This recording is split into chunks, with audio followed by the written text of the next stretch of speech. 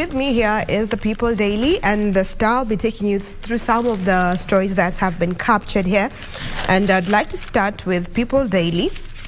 On the front page, it has how counties will share out teachers' jobs, and they have laid out some of the big winners and losers in terms of the numbers of teachers that the counties have gotten. And the historically marginalized regions have fewer vacancies due to lower population, as TSC schedules shows every school will get one teacher for grade 7. So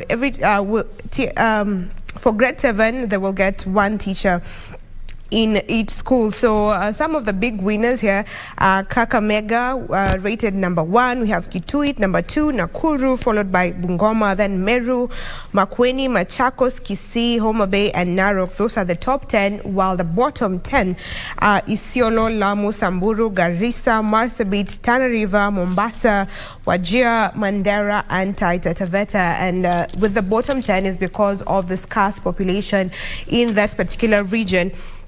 And here on the Star, still on a similar story, the MPs are in big war with TSC over formula for hiring teachers. TSC says that the criteria should not be based on the grades, but rather it should be based on the age. What they're saying currently, the TSC selection criteria gives weight to the year a teacher graduated and the quality of certification. This, the lawmakers argue, has made the situation complicated for those who scored low marks, yet are also qualified teachers compared to new graduates with stronger certificates. Some of the teachers, they say, have hit as high as 46 years of age and are still unemployed. So that is what the MPs are saying on that. Going back to People Daily, blow against Masit as court declines to stop Cherera for tribunal, and we get this on page 2. So Irene Masit is the only one standing out of the Cherera 4. The rest of the 3 resigned from the position, and now the tribunal is to start work as of today. According to this paper, sources close to the tribunal said it will convene the first session at the Kenya Institute of Curriculum Development to look into the conduct of the commissioners. Masit, through her lawyer, Donald Kipkorir, had moved to court seeking to stop the proceeding to allow her time to argue her case in detail in court, but this has been turned down clearly.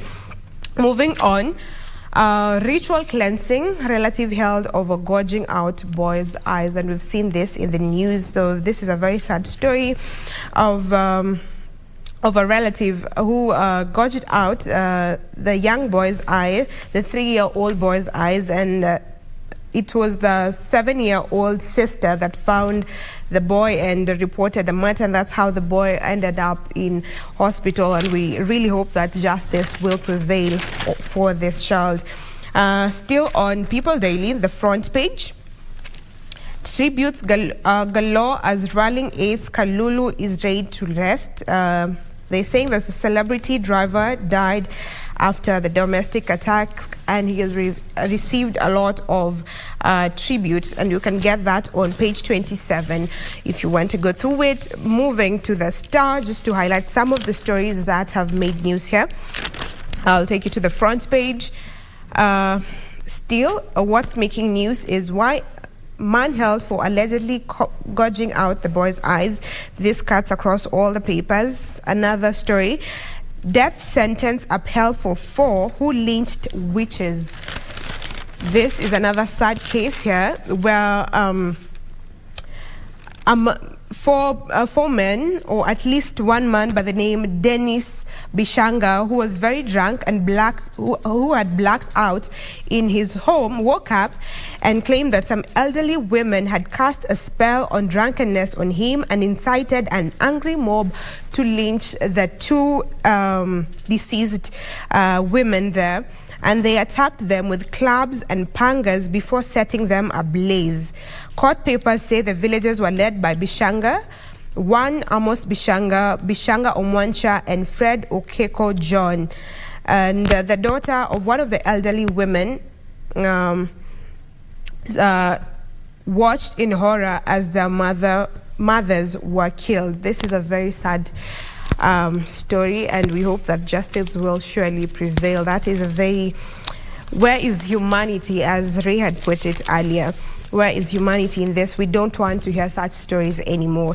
Lastly, on this paper, a story that I will sample is 12 billion splashed out on stalled Ketraco project. It raises queries. So Ketraco is on a spot for spending 12 billion on stalled electricity transmission. Of this, the Kenya Electric Transmission Company spent 8.7 billion on Lesos Tororo transmission line, which had stalled, and they have given details on some of the spendings there that they have done.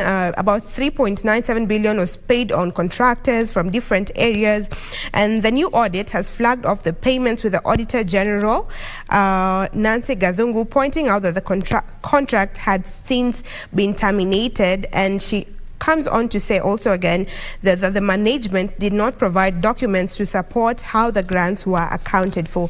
Therefore, Ketraco is on the spot there. Those are some of the stories making news on these two dailies. Ray.